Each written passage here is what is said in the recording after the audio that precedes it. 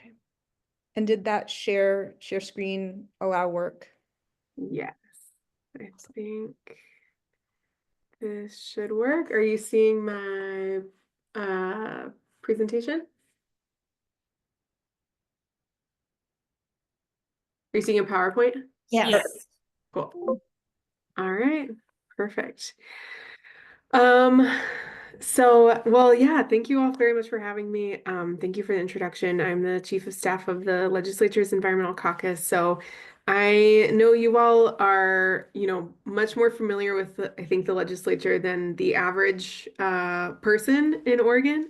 But I thought I would share a little bit of background around the Environmental Caucus and how to get involved. And then I would love questions because this presentation will definitely take way less than an hour. So any questions you have. I also didn't put in this slideshow any specifics around the bills that we are working on this session. I am more than happy to talk about some of those, but I currently have a list that's up to about 90 bills, and so I didn't know exactly where to parse those out, where your interests are. So maybe after the slideshow, if you want to know more about those, we can, if you want to tell me areas that you're working in, then we can get into it. Okay, so the Legislature's Environmental Caucus. So the caucus is a bipartisan, bicameral group of legislators who have come together to be part of the caucus because they believe that government has an important role to play in addressing climate change. So we have 19 members currently. And what we do a lot of as far as the caucus is in things like we focus a lot on information sharing among the legislature. The position that I'm in now, I've been in for a year and a half, and it was a new position when I was hired. So we kind of we're just building the plane while flying it. It's not very common at all for kind of caucuses to have their own staff unless it's like the Democratic caucus and the Republican caucus. So it's kind of an unusual position actually in Oregon and in the whole country because a lot of legislators don't even have their own staff at the state legislative level. So one of the things that we focus on is kind of just sharing information. We've hosted informational webinars around utilities and rate increases, around transportation, around wildfire, all different kinds of things. So our legislators are interested in kind of the whole breadth of whatever environmental policy might be. So this is some of our legislators in this picture on a tour actually from last summer. We were down in the Rogue Basin talking about water issues. So informational webinars, tours, different events for legislators at the Capitol, an opportunity for them to get together and talk. I do a lot of policy tracking during session. I will be constantly updating that spreadsheet of 90 bills. So that's part of this position is to make sure that everyone is up to date and knows what they need to going into voting on these bills. Caucus meetings, regular caucus meetings, and then a lot of relationship building with our advocacy organizations, community groups, and other legislators, legislators in other states, and organizations in other states too that are working on things which is something that I think there wasn't a ton of capacity before they had a full-time staff person, but now we're having a staff person, they have some more time, and so we're able to kind of expand the kind of the area that we're talking to people. So this is the list currently of who is in the Environmental Caucus, and we have 19 members. This will change, of course, in January. For example, Senator Dembro is retiring, so he'll be gone. He's one of our co-chairs, and we'll have new leadership, new legislators in the caucus, hopefully, as new legislators come into the legislature. So, has anyone found their legislator on there? Hopefully. If not, if they're not on there, reach out to them, tell them they should join. So in every session, so I started in the middle of the last long session, which was in 2023. I started in April 2023. And we, in the short session, and we will do this again in this coming long session, set our policy priorities. So the caucus will take that big long list of environmental bills that we have. Our executive committee will kind of start to narrow that down and decide which bills they want to really focus on, and then make a recommendation to the larger caucus, to all 19 members, about which bills should be the priority. And when they're trying to decide what the priority bills are, there's a number of different things that they look at. Impact, as in, the impact of the bill. Urgency. This is not urgency as far as like climate change is an emergency, because they're already there on that. This is urgency as in, if there is there some reason why this policy needs to pass this session? Is it is it a precursor for a program that they want to get up and running in the next year? Is it an important budget consideration that has to be passed now? That's urgency and kind of timeliness is what we're talking about in that regard. Alignment with the caucus's values. Then of course the big one, the money issue, the fiscal revenue and economic impact. So this is both within the state budget, and this kind of ties into the next one, which is policy feasibility. For example, we've heard in 2025 that there will not be a lot of extra money going around. And so asking for bills that have big budget requests is not a great idea for this session. So that will definitely be one of the considerations when the caucus is looking at bills and deciding what to prioritize. So that policy feasibility and implementation one, along with the political landscape, is a really big one. Is this bill ready to go? That can be, that can mean anything, as far as have you talked to the agencies to make sure that they are behind the bill, or at least not in opposition to a bill coming forward? Or is it going to get a ton of pushback? Is it going to be made into an absolutely massive conversation that kind of swallows up everything else? So there's just a lot of different kind of sub-criteria that go into these two. And then environmental justice and social costs are the last criteria. So what we will likely do, what we did last session, is most likely set our priorities, probably start in January. And part of that is because the timeline for when bills go public and we'll actually have a chance to see all of the bills that are being introduced will not happen until much closer to session, which starts at the end of January.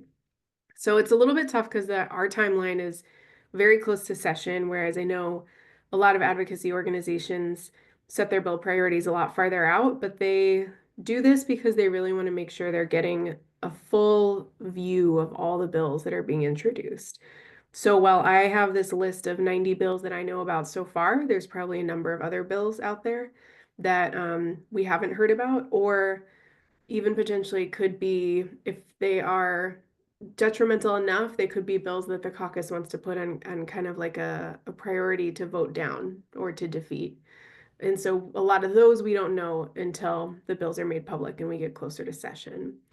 So they'll come up with their list of priority bills, and then in probably later in session, once we start having more conversations around budget and what's possible, what we did last session is have a list of recommended funding priorities the caucus put forward to the leadership in both the House and the Senate and the budget writers on Joint Ways and Means, to say, with the limited money that we have, this is what the caucus really thinks should be prioritized, which is sometimes different than policy bills, because not all policy bills have any kind of expenditure. Some of them don't have any.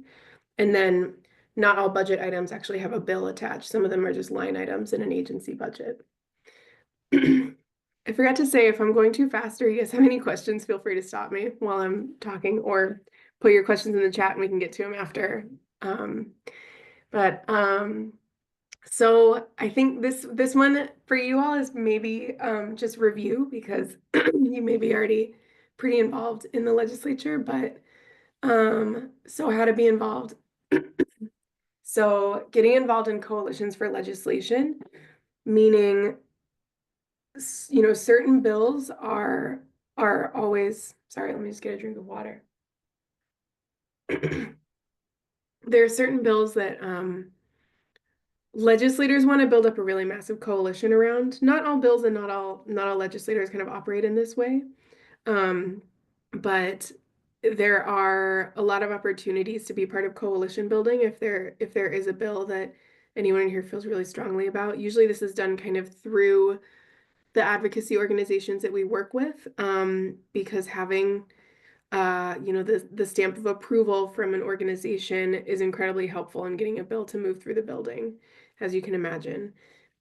Testifying in bills when they come up in committee hearings, talking to your individual legislator about bills, visiting the Capitol and talking with your legislator there, help organizing write-ins and visits, just the same kind of thing, talking to your legislators, and signing up for updates from the environmental caucus or from your elected official.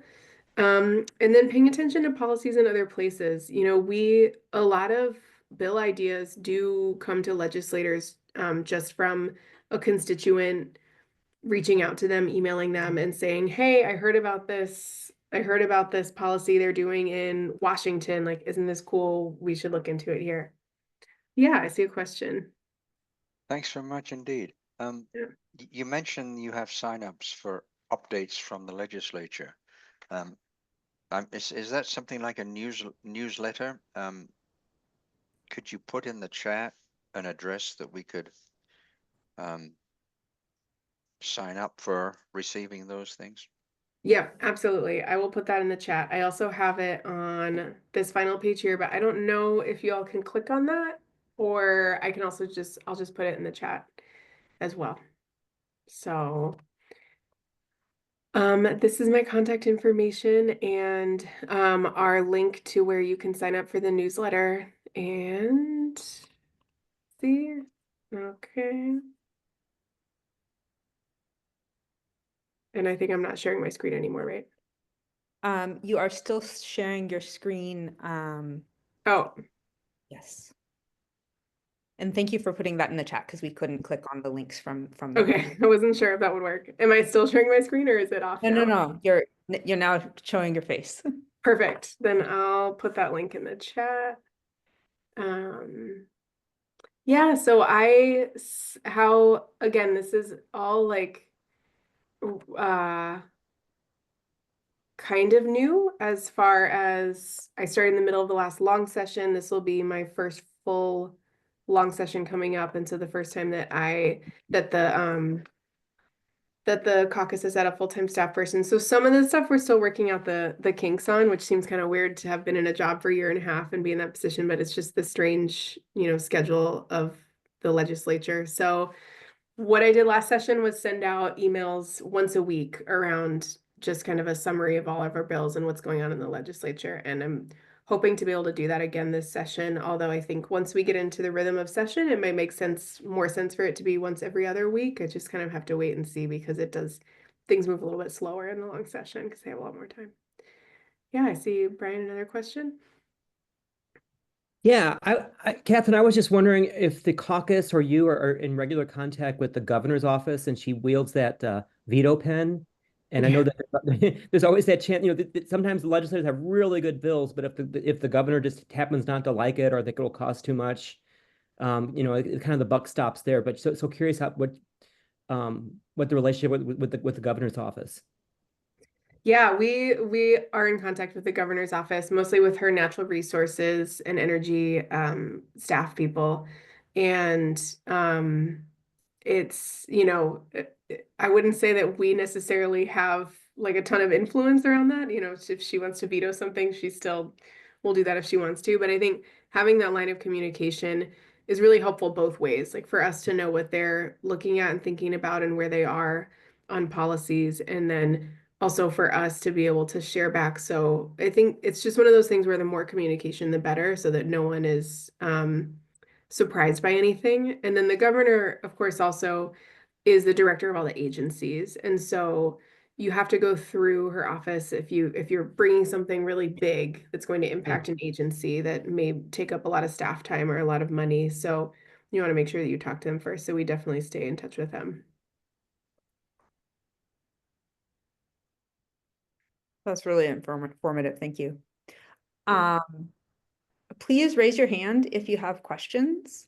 And in the meantime, I'm gonna ask something. Kathryn, you said in the presentation that you have the Environmental Caucus already has advocacy organizations who you work with. Can you share who those are and also like how another organization might, get in touch with the caucus?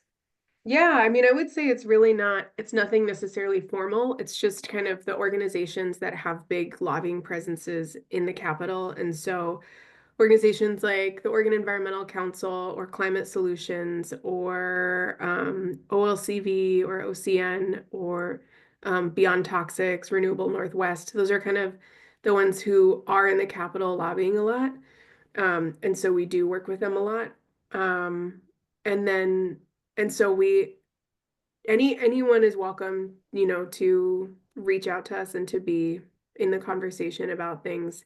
It's just kind of more about establishing relationships than it is about like any kind of official conduit for things. Thank you. Yeah. Yeah. I think I'm personally absorbing. You gave a short presentation and there was a lot in it. And now Nikki Mandel has absorbed and has a question. So please, Nikki, go ahead. And Nikki, can you unmute yourself?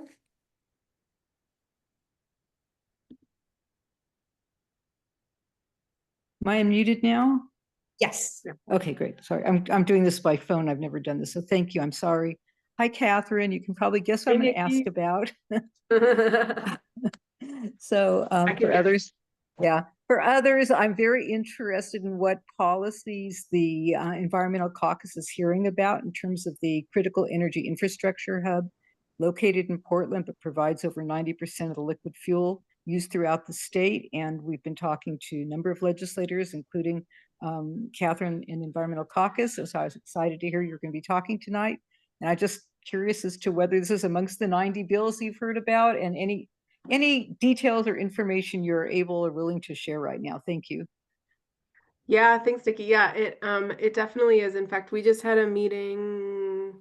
My days are running together. I think it was yesterday. Senator Dembrow's office convened a meeting with different legislative offices and some folks from DEQ about CEI Hub and some potential legislation. So as you know, Senator Dembrow is retiring. He did put in a bill around bonding for the CEI hub, and he will have to find someone to take that over. But I think he feels pretty confident that I think it's in Rep Trans. No, it's not in Rep Trans district, but it was in Rep Reynolds district. Is that right, Nikki? I think. And now Rep Reynolds will most likely be moving over to the Senate. And so I think they're tapping whoever the new person is coming in that will be appointed to work on that. And so Senator Dembrow definitely has been reaching out to other legislators to get more interest in this. I don't know exactly yet what the bills will look like for that. And I think there was another legislator who was also working on a bill. And I think that was Rep Tran. So there's movement, and I can get you more details on that once I have them, but I don't right now. Okay, thank you so much. Brian? I don't want to hog up all the questions if others have questions here, but I think I'm so excited that it is a bipartisan caucus, that you have. I'd love for you to speak a little bit more about Representative Mark Owens, because some folks might run it if he's just a spy in the caucus. He's not a spy, but there was when the caucus was originally talking about whether or not they wanted to be bipartisan or not, there were some jokes about that, definitely about Republican spies. But no, he's not a spy. No, he's been really great to work with. I think, because of how Oregon is laid out, the concentration of Democrats tends to be geographically in one area. And so having someone who brings a really different perspective, who comes from Eastern Oregon, who's in agriculture, has been really helpful. I think it's been great to have someone offer kind of the other perspective on things. And he's just also a very, a very kind of measured voice in conversations. So I think it's really added to our conversations to have the caucus be bipartisan. But so far, no more takers on another Republican. So yeah, Kathryn? Oh, I just wanted to say he's not a spy, he's a farmer. Yes, exactly. Robin? I appreciate all the work that you're doing. I've heard great things about you from Rep. Gamba. The question I had is, I know that nuclear is coming down the pipeline in terms of some legislative concepts to allow for nuclear, and I'm just wondering, is that seen as a top priority by the Environmental Caucus, or kind of what's the posture and approach that they're planning on taking, realizing that the legislative concept isn't out, but knowing that legislation's coming down the pipeline to allow for it this session? Yeah, that's a great question. I think that's a really tough one. I mean, you know, as you guys might see in the environmental community, I think that's one that is divisive, kind of even within the environmental community. There are people who are a really big fan of nuclear, and then there are people who, you know, feel like it's potentially just as dangerous as other forms of energy. We have not talked about it a ton in the caucus yet, just because it's not currently legal to cite nuclear in Oregon, or I shouldn't say it's not legal. It's very, very, very difficult to cite legal and to cite nuclear in Oregon. And so the chances of anything getting through are pretty slim at this point. So yeah, I think that's a conversation that is probably maybe a lot farther down the line, given where we are with the state statute. Because that would have to be changed. Robert, are you referring to the efforts to kind of get like less than 25 megawatt small modular reactors built? I don't know what the legislation is going to be, but I've heard chatter that it's coming from pro-nuclear folks. And of course, you know, we don't know what we don't know until we see the legislative concept or the draft bill. But my understanding is their intention is to eliminate the preclusion on use of nuclear in Oregon. Okay, so to overturn the 1980 Correct. measure. Yeah. Correct. Sorry, this is Mark Johnson. I'll jump in here. I just posted a link, I think, to the House bill that's proposed from the representative from Echo, Oregon, and it's related to, I think, small scale nuclear reactors that Amazon and others are proposing along the Columbia. Oh, that's really helpful. Thank you. Yeah, that's what I had heard as well, that they were, you know, currently in Oregon, you could theoretically cite less than 25 megawatts, but I think it still has to meet the provision that there is a site for nuclear waste disposal, and there isn't one. And so I think what I've heard is that this bill is kind of like testing the waters to see if it can get through. So I'm not sure. We'll see. Thanks. Yeah.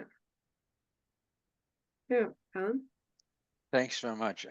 Two points. One, Brock Smith proposed legislation, I think twice, that would define small modular nuclear reactors as non-nuclear, which is totally berserk. Fortunately, I can't remember which committee it was assigned to, but the chair of that committee or the committee decided not to hear it. But my judgment on this one is there are three arguments the proponents of nuclear power make to support it. One is we don't have enough renewable resources to provide the globe with the energy it needs. And two, nuclear power is carbon emissions free. And three, nuclear power is safe. And I think the term Zaporozhye should correct people's notion that nuclear power is safe. So I just wanted to say that I've written a lengthy document making the case that nuclear power is not the solution, and I'd be happy to send it to you if you're interested. Okay, thanks. What was that last word that you used? Zaporizhzhia. It's the largest nuclear reactor in Europe, which is in Ukraine, and the Russians were bombing it. Oh, yeah, yeah, yeah. I do think I think it's a very slim chance that that there's any kind of approval for, or any kind of like loophole that hasn't already been explored that would work to get nuclear set up in Oregon. But we'll see. I hope so.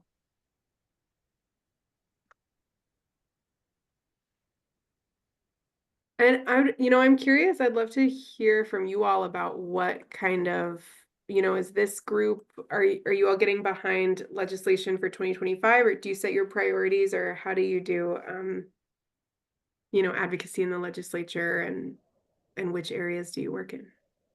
So I can speak to that for Climate Reality Project Portland chapter, and we do have a number of guests. This was open to anybody in Oregon interested in hearing about the legislature's environmental caucus. So for Climate Reality Portland chapter, we are currently evaluating what bills we will go behind. We are collaborating with a variety of other groups, including MCAT, including 350 PDX, including talking to people at Physicians for Social Responsibility and Climate Solutions and Zero Coalition. And we are definitely like looking at what we know that the transportation bill is a must do and is going to take up a lot of time and is going to have a lot of impact.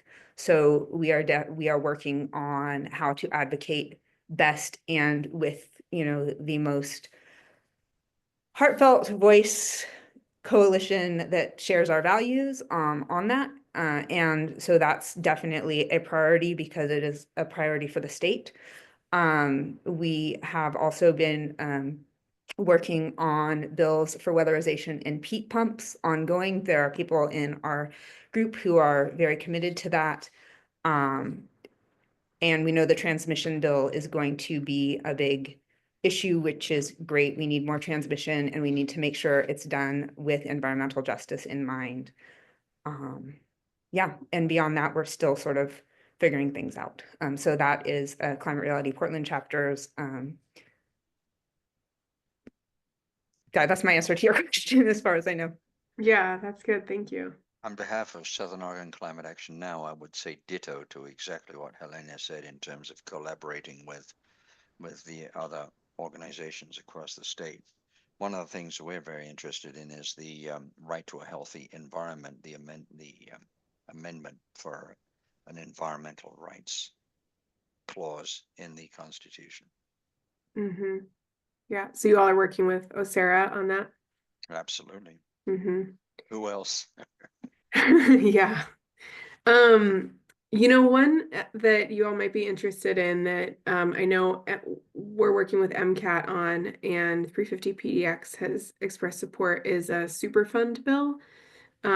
This is a bill that Vermont is the only state so far that has successfully introduced and passed it, and it had its actually go all the way through the governor's office. And it essentially is a make polluters pay bill.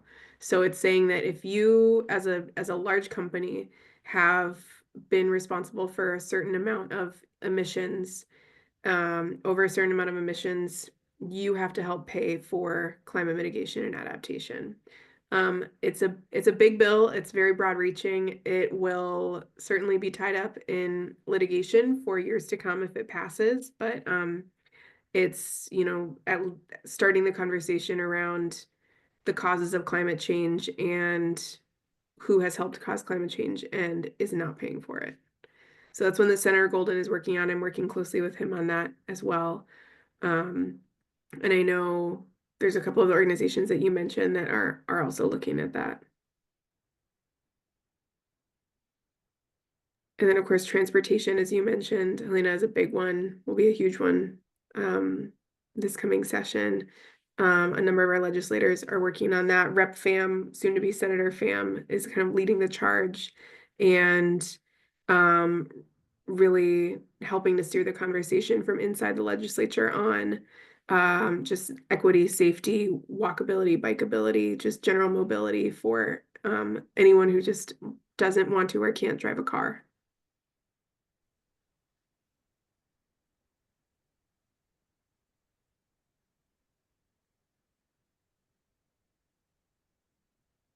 Thank you so much. Really helpful information, lots of information. I gonna make sure that I'm not missing anybody else with a raised hand before I speak again. Okay.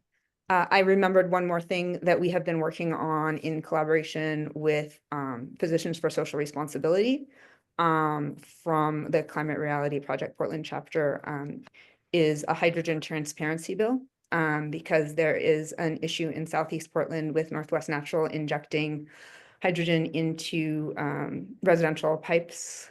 And this is both not a climate solution and not necessarily safe if they actually increase the amount of hydrogen that they put through those pipes, which are not intended for hydrogen. And so I believe there is a legislative concept in search of a sponsor at the moment, which is a hydrogen transparency bill.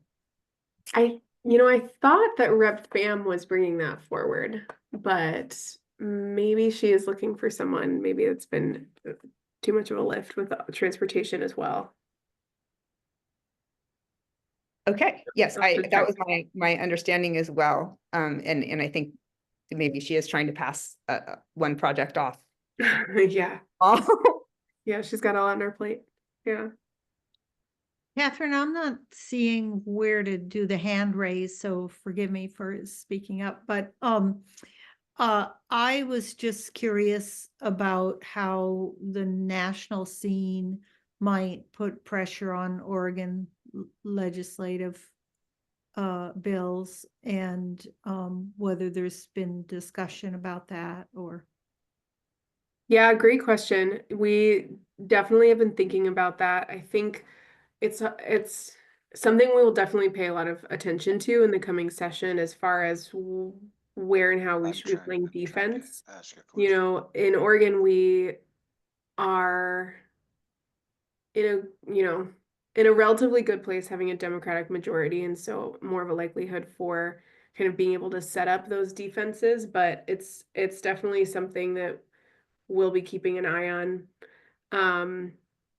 You know, and it's hard to know where it's going to come from because Project 2025 is like 900 pages, right? And so you can't assume that every single thing that's in there is going to be enacted on the environmental level. And so we're really just looking at, once January comes, we'll be looking at, changes in kind of maybe rules and regulations that come through the different agencies that will impact Oregon. I think in a lot of cases, we may be pretty well protected already, but it's, of course, going to be something we have to watch pretty closely. yeah. Alan has his hand raised, and I want to just mention again, because I'm supposed to for Climate Reality Project, we are a nonpartisan organization, so we hope that there are Republicans who will see the sense in protecting environmental rights and justice as well. Or even independents. Sure, independents too, Green Party members, anybody. Yeah. Everybody should. Yeah, exactly. No doubt the science is not partisan. The one issue that we are involved with is with Divest Oregon, which is seeking the Pause Act to encourage the Treasury to cease investments in private investment outfits, many of whom are promoting fossil fuels. Yeah. Yep. And is that federal treasury or state treasury? It's a state treasury. Mm-hmm. Yeah. And I think we'd love to get at the federal treasury, but that's not going to Yeah. be easier. Yeah, definitely. Yeah, that's an important one as well. Sure.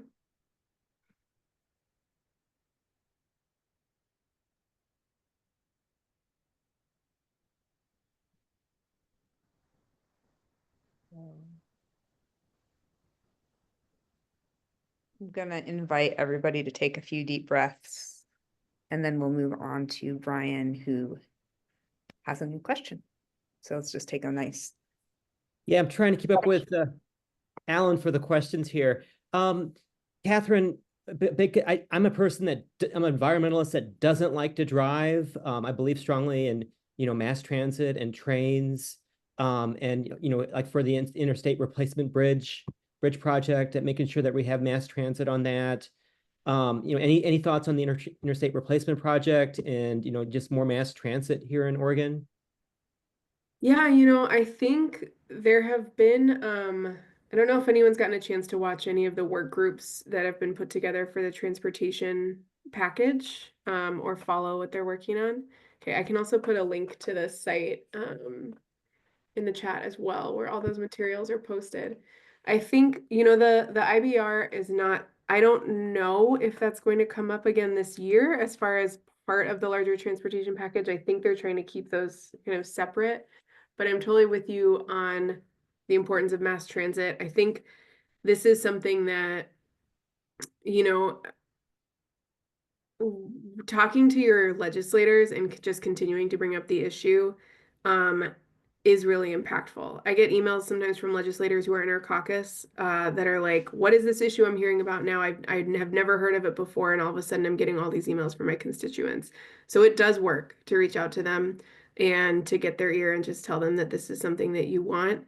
I think getting mass transit, more funding for mass transit in the transportation bill is definitely a high priority for our environmental caucus members. The conversation around raising the STIF, which I'm blanking on what the acronym stands for now, but it's the payroll tax that we all pay into.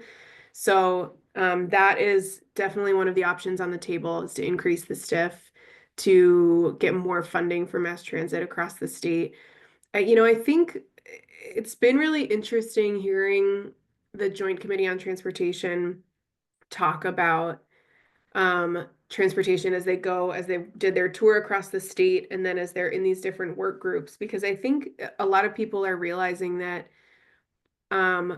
public transportation and mass transit or just access to public transportation is something that's really valued by people all over the state. It's not just like us, like bike nerds in the cities, or for people who can't afford to own a car. It's about people who are aging in place, or who can't drive for one reason or another, or who choose not to, or can't afford to have more than one car in a household, and maybe they have 3 drivers. And so I think that conversation has been elevated in all of the recent discussions around what the package will look like. But I think continuing to bring this up with legislators is going to be really important as they go into the session, especially because in order to raise the STIF, I believe that will need a 3/5 vote, which means we need literally either, I don't want to say that it's partisan, but the Democrats could do that without any support from the Republicans. I think hopefully there are Republicans also who support putting more funding towards public transportation, but it's not as easy as a simple majority, right? You need 3/5 of the legislature to approve tax increases and new revenue streams. Thanks. That's really good information. I'm going to take a turn here because I recently moved to Portland from Tillamook County. And when I was trying to go from Tillamook County to Salem, a route that has now been discontinued, the bus driver had to drive 2 hours to get to the work, to get to where she was supposed to pick people up in Lincoln City and take them to Salem. And that's just, we need the connections, right? So that bus driver, if they did have to go so far, could at least like sleep on another bus. Mm-hmm. They were going to, when they were going to that, or perhaps have a job closer to them. Yeah, and some really of that is story. Yeah, no, and I think you hear that a lot, right? In providing these services in areas that are also really struggling with housing as well. And some of this is a housing question, and being able to find a place to live where you're working. But yeah, that's and I live in Corvallis, and at one point after the pandemic, they had to cut all of our bus routes on Sundays because there was a huge shortage of bus drivers. I think there's a lot of places in the state that are seeing this issue, unfortunately. Yeah, it's a tough one. STIF is the State Transportation Improvement Fund. There you go. Thank you.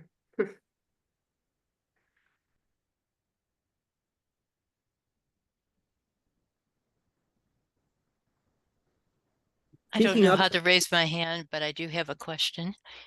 Go for it.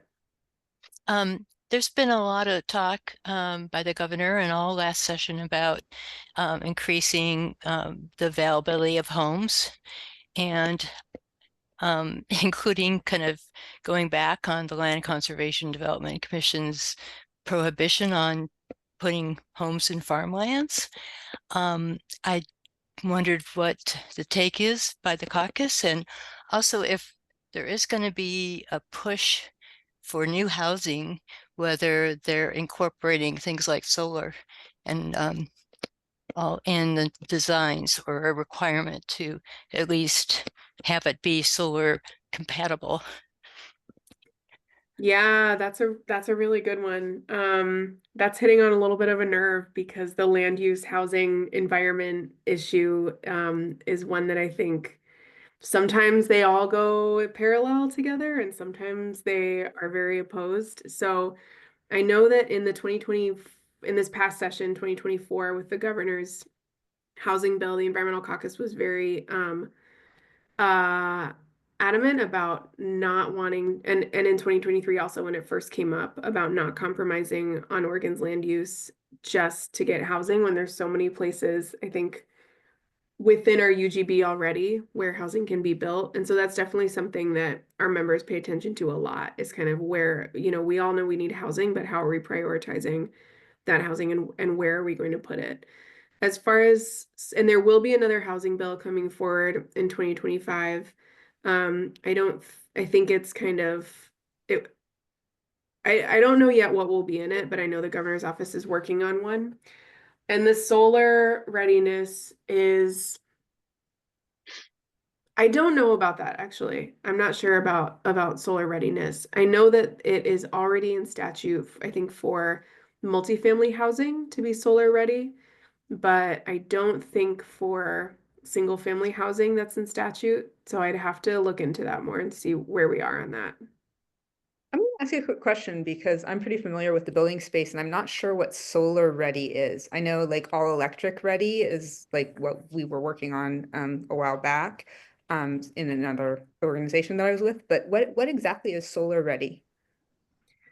I believe, and maybe someone else knows this better than I do, but I believe solar ready is about having, I think you often have to change out panels, like the electrical panels in a house, in order to be ready to install solar. And so I think that would be part of it, is basically having all the infrastructure in place so that developers could come and put it on your house without having to actually redo a lot of the wiring and the electrical configuration in the building. I think it also goes further than that, and that a lot of new homes have a lot of cut roof lines that make it really difficult to put panels on to begin with, or where one roof might shade the other. So just the orientation of the roofing, not being where it will be shaded by nice big trees, that kind of thing. Anyways, that's what I meant when I asked about the solar ready part. Thank you so much, Kathryn and Kathy and Randy, who put something else in the chat about this. That's an education to me. Thank you very much.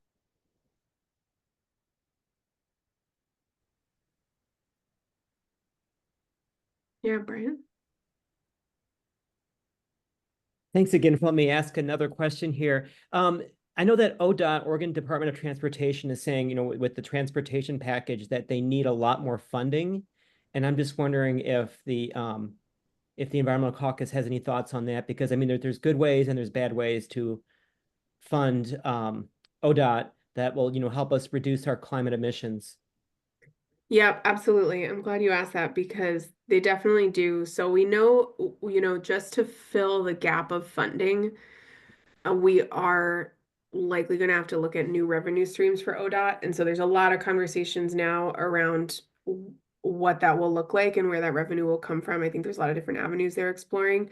And then another part of that is, the legislature feels strongly that they've made this commitment to finish the projects that were laid out in the 2017 transportation package. So some of those big projects like the Rose Quarter project and the IBR, they feel like they need to finish those. But once those are done, a lot of the members of our caucus are really pushing for just focusing ODOT funds rather than looking to the future and just more mega projects, What's the Rose Quarter? It's like a quarter or $1 billion, $500 million or something for a quarter mile. Or, I mean, I think that's the kind of thing that a lot of our members are looking at now and saying we want to try and avoid those in the future if we can. And so focusing really on kind of current operations and maintenance, which is also really sorely lacking, rather than less like freeway expansion and new big projects, is a huge part of the conversation that we're looking to have when it comes to the transportation package.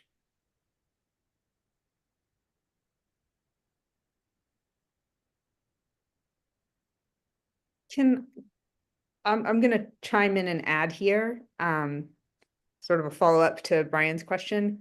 Is there any chance of that the Environmental Caucus will push to reconsider the form that the I-5 bridge replacement will take? Because it seems like there is very strong opposition to the current plan, especially from environmental quarters and environmental justice quarters.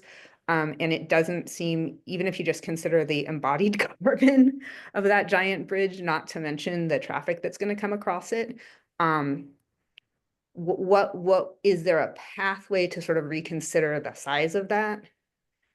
Yeah, I am not sure, honestly. I mean, I know that that's definitely something I think everyone in the legislature has paid attention to that conversation. It hasn't come up explicitly in the caucus so far, I think.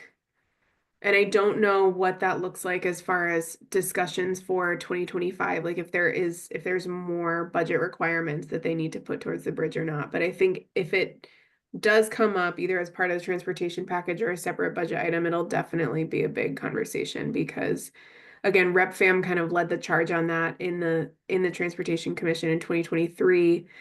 And that was a big lift for her, I know, to continue to be the squeaky wheel who brought that up. And it would definitely, I'm hoping that if that comes up again in the next session, it'll be a larger conversation with more legislators rather than just it being a couple of loud voices that are in opposition. Thanks. And Yeah. Darlene, sorry for jumping in. Oh, that's fine.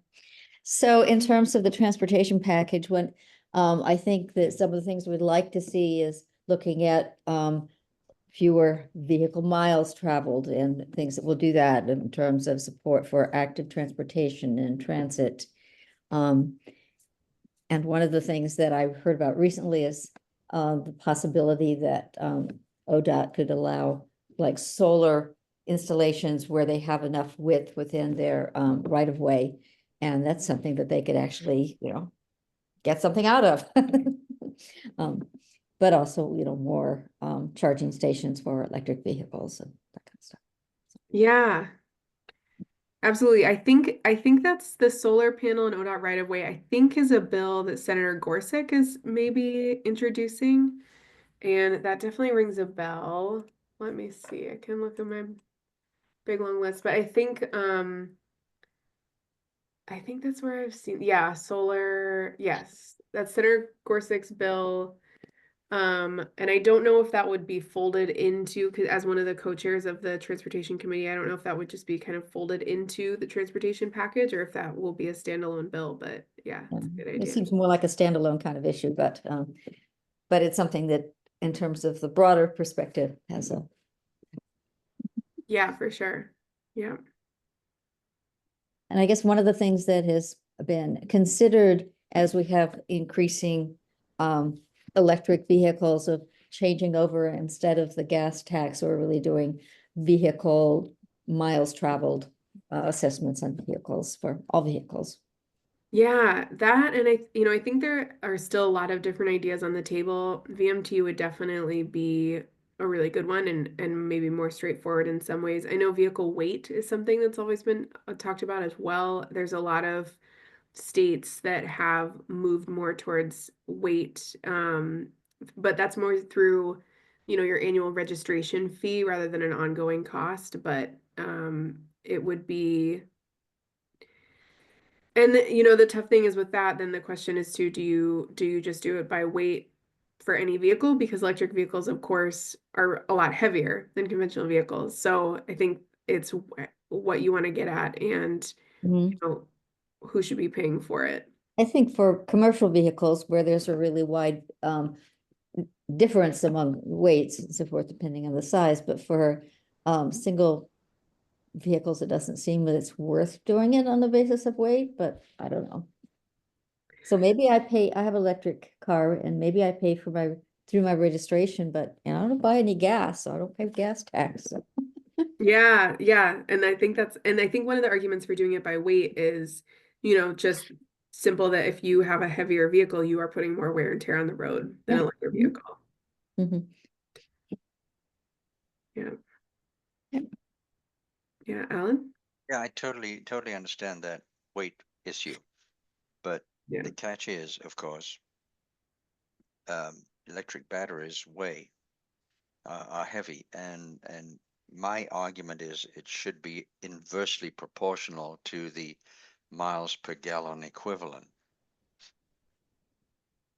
Like as far as if you get a lot of MPGE, then your whatever the tax is should be low.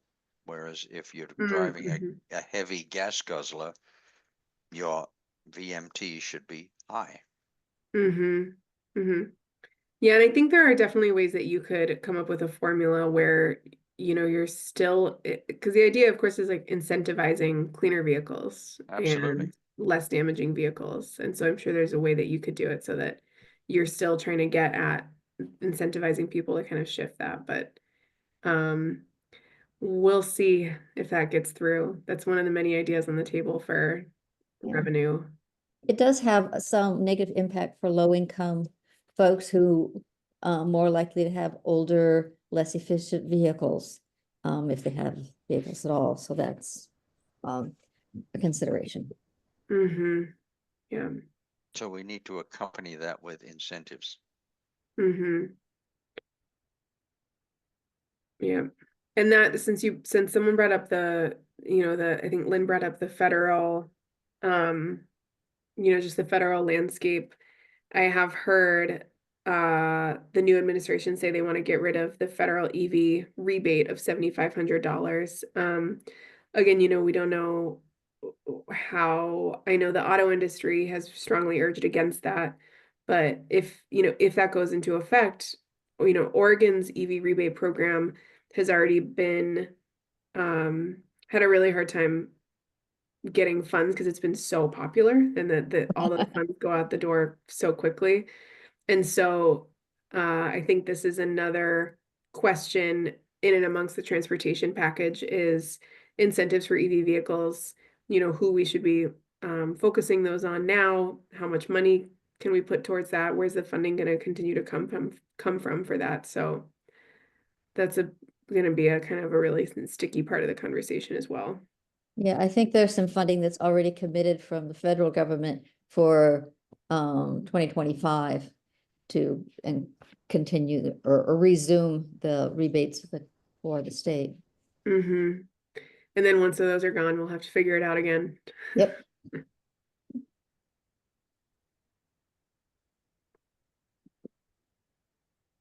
One year at a time. I mean, one of the things about vehicle miles traveled tax that I like is in my brain is two things. One is that people might not want to be tracked. And the other way in the current Origo is like on the honor system, which is also question mark. But Yeah. then the second thing is that vehicle miles traveled to get the money for whatever program you're going to do, you're still like looking for more vehicle miles traveled, which is kind of the same problem that is having with the gas tax currently. Yeah, that's a really good point. You're kind of stuck in this disincentive to travel less. Yeah.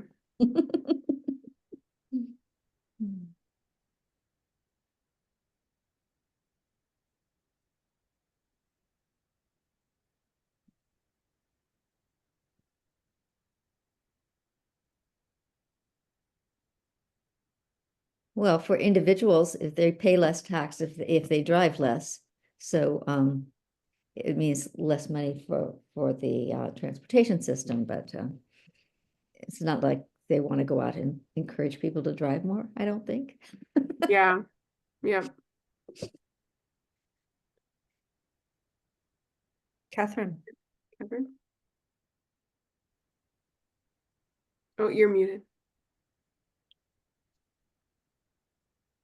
One proposal I have heard put forward is to put a tax on SUVs because they are intrinsically heavier, and auto manufacturers promote them because they get a higher profit off of them.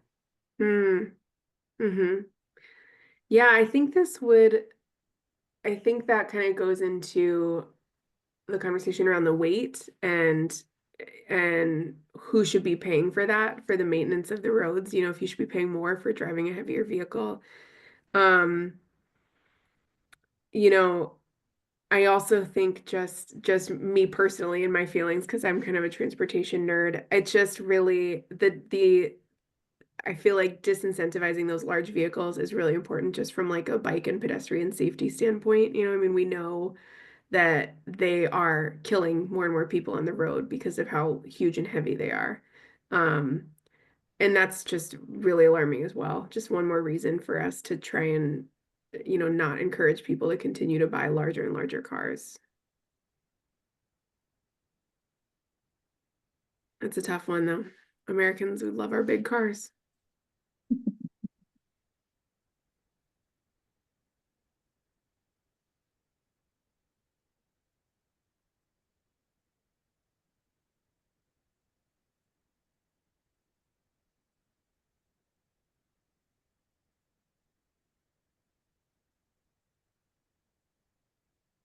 This is a related topic, and it's kind of pie in the sky, but one of the things that I've been really excited about is solar cars, not just electric cars, but cars that are refueled by just being in sunlight. And I'm wondering if there might be any way to, like Aptera, they're not in full production yet, but they are in production trials in California. And their cars, what they're advertising is that they could cover, just with solar energy without any additional fueling, 40 miles a day of transportation. So I'm just wondering if there might be government departments that only make a few short trips daily. And even if we could get like 10, in the state of Oregon, get 10 solar vehicles on the roads, that would be so cool, because my personal opinion is that when we can fuel our cars just by parking them in a sunny spot, the fossil fuel industry is dead. So that might work in California and in summer in Portland, but wintertime, we're not going to go very far. I don't produce very much with my solar panels in the winter. Yeah, and but that is a really interesting idea. I did not know that that was a I technology. didn't know it was in trials either. Yeah, Check it I've out. heard that, like, just, experimental one-off solar cars that you see sometimes, but I didn't know that someone was actually building them or attempting to build them to scale, which is pretty cool. And I think, Kathryn, your idea of this being for like maybe government cars or yeah, just for uses that are not like using not going long trips at any one given time. That makes a lot of sense. When I worked for the city of Corvallis, you know, we had a few cars for our department, and a lot of times those cars would get used like maybe once or twice a week, you know, or maybe once a day, but enough that you wouldn't really, there isn't really high demand for a lot of mileage. Mhm. That's an interesting idea. Yeah.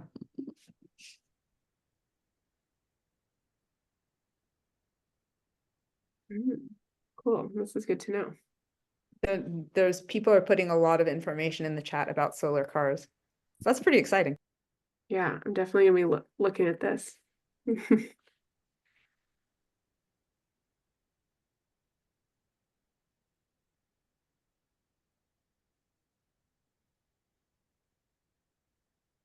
I'm looking at the time. This has been a fabulous conversation covering a lot of topics. It's now 8:21, so we have time for a few more questions. We usually close at 8:30 for the chapter meetings. If Kathryn has time to stay for a few more questions. This has been great. Mhm. Yeah, and if not, I put my email in the chat. So if you have any other questions or thoughts, yeah, just feel free to get in touch. And Elena? the link to sign up for the newsletter, for the Environmental Caucus newsletter, I realized it's not completely obvious where it is, but if you go to that page, it'll be like on the upper right hand corner of the page. There's a little thing that says stay informed, and you can put your email address in there if you're interested. Great. Unless you're on a phone, and then it may be down below somewhere. I'm not sure how it shuffles, but it's a little box that says stay informed, and that's where you put your email in. Great. And I am going to save this chat. Anybody who's at the meeting can ask for a copy. Great, thanks.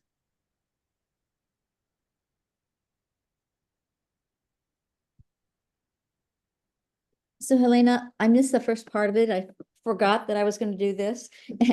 And it looked like you were recording it. So will you send out a link to people who are signed up? Yes, I can do that once we like get it up on our YouTube Sure. channel. Yeah. Yeah. It takes a few Great, days. And the recording starts with Kathryn's presentation. So Okay. if you were interested in any of the chapter updates, let me know and I will give you a short rundown in an email. Okay, thanks.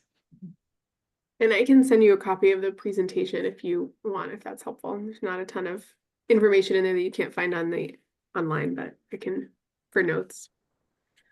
Thank you.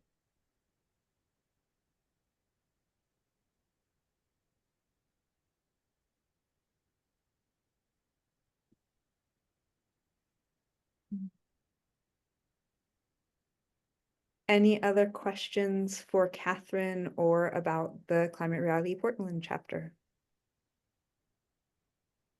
It's sort of a in the weeds kind of question about the 25 legislative session. When do committee assignments happen?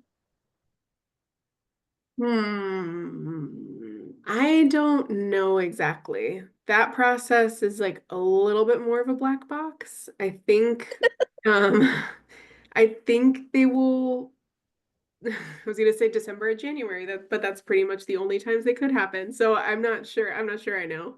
Okay. Yeah.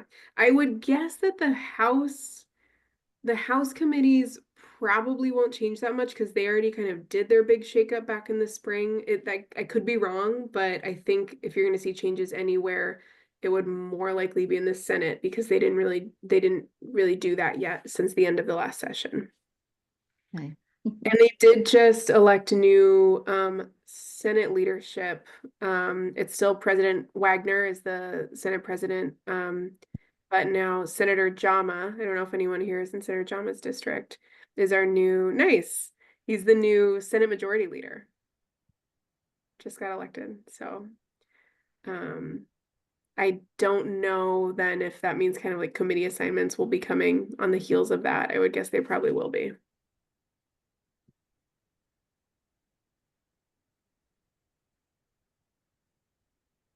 Great. Thank you.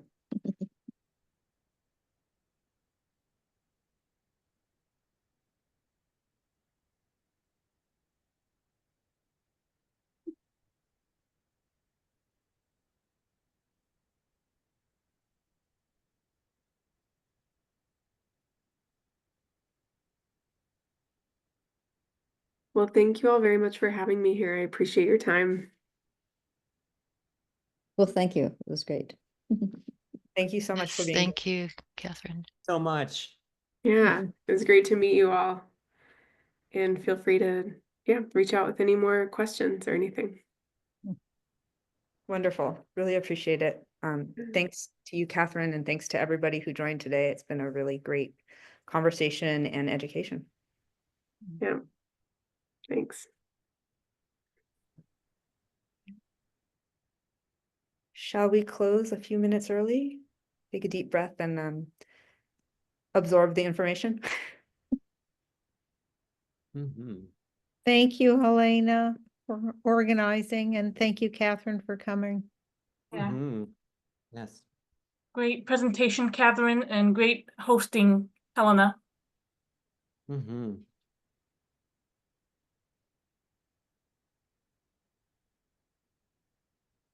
All right. Well, I've just saved the chat. And everybody have a good night. You too. Thanks.